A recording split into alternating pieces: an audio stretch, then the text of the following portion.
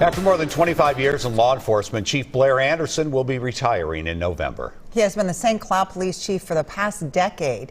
Anderson is known for stressing the service aspect of the job and emphasizing positive police-community relations. John Lauritsen sat down with Chief Anderson to talk about his career and the future of policing in Minnesota.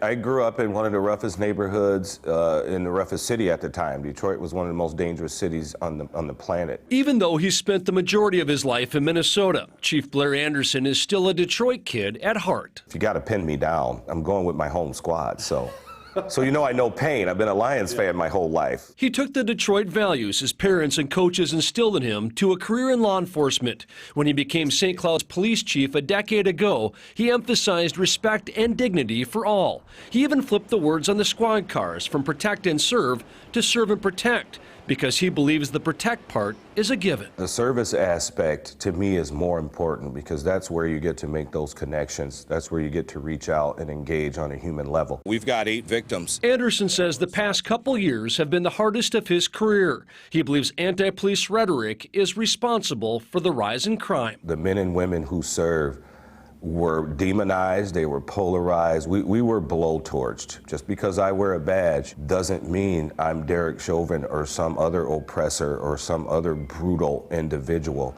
And that's true for 99.9% of the people who come and serve. They're doing the job the right way for the right reason. In my opinion, unfortunately, the wrong people got the bullhorn in the platform for too long. Always outspoken, Anderson testified at the state capitol against past efforts to defund the police. The people who propose that kind of lunacy have never been on the business end of an automatic weapon. He says what's helped him are nonstop phone calls, cards, and support from people across the country. I know the pendulum will swing back. It's already starting to.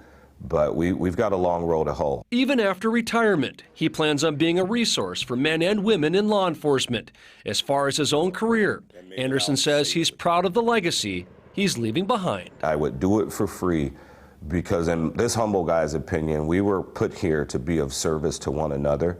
And there's no better platform and no better profession to actually be of service to other human beings. John Lauritsen, WCCO 4 News.